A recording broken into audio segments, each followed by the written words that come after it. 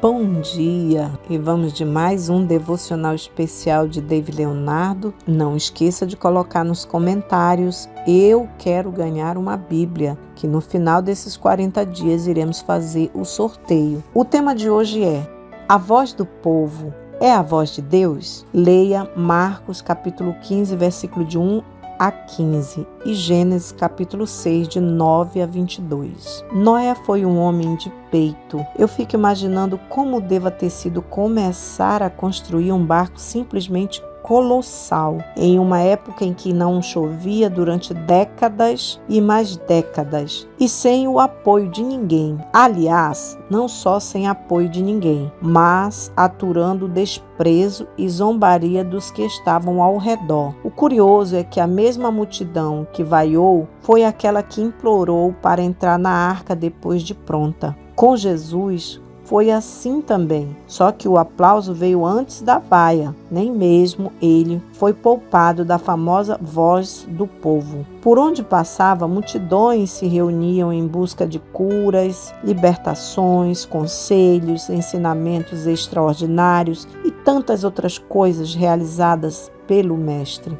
Quem é que não gostaria de estar perto de um homem como esse? Porém, de uma hora para outra, o grito da multidão passou a ser: soltem Barrabás, crucifiquem Jesus. Desde crianças, ouvimos que a voz do povo é a voz de Deus. O que não nos contam é que o povo tem seus próprios interesses e estes, na maioria esmagadora das vezes, pouco tem a ver com a vontade de Deus. É por esse motivo que a multidão nunca pode ter influência sobre nós. Jamais podemos ser dependentes da aprovação das pessoas. Infelizmente, muitos têm permitido que a voz do povo seja o árbitro e o fator decisivo em suas vidas. Dessa forma, em vez de escutarem a opinião de Deus e o que Ele está dizendo a seu respeito, sobre o seu chamado, seus relacionamentos, saúde, emprego, presente, passado e futuro, preferem se deixar levar pelo que parece convincente no momento. Ou seja,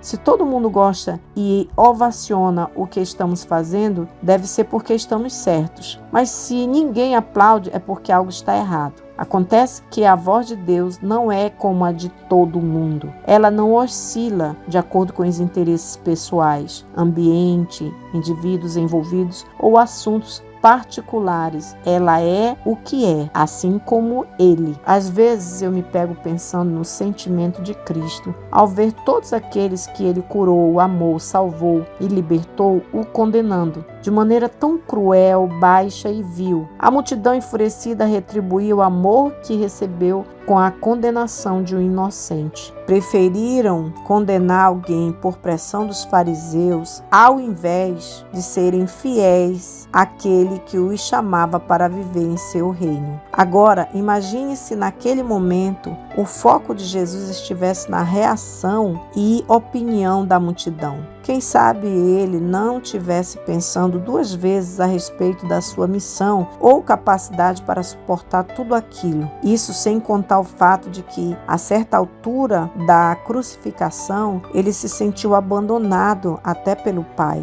Mas apesar das circunstâncias e da opinião alheia, a vontade de Deus era bem diferente do que as pessoas esperavam. Não, a voz do povo não é a voz de Deus. Pelo menos não na maioria das vezes. É por isso que ela não pode determinar o nosso propósito, nos derrubar ou erguer. Não somos piores se formos criticados, nem melhores se elogiados. O que os outros pensam não pode afetar quem somos, a forma como vivemos ou nos comportamos. A única voz que pode e deve alterar a nossa direção, mentalidade e comportamento é a voz divina. Tirando essa, os que merecem a nossa atenção são apenas aqueles que nos amam, que amam ao Deus que servimos e que conhecem o seu propósito para nós. Deles devemos aceitar as repreensões, os conselhos e os aplausos, porque são vozes que nos colocam no eixo. Ouça as palavras de sua mãe quando ela disser algo importante. Ouça o seu pai quando ele chamar sua atenção. Ouça os seus irmãos quando eles alertarem sobre algum perigo. Ouça os seus melhores amigos quando eles pedirem por paciência obediência da sua parte, mas acima de todos eles,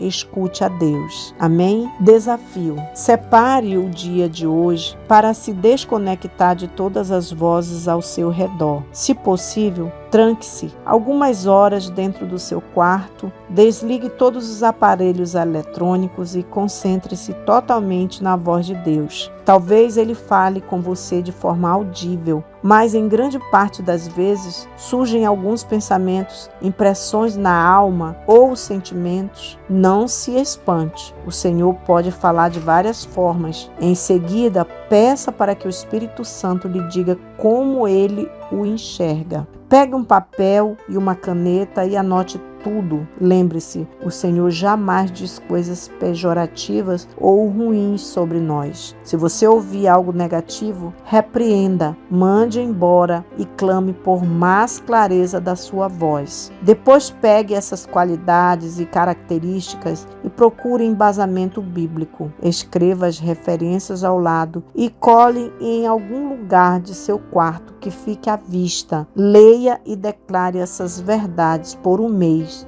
todos os dias. Amém? Shalom, graça e paz.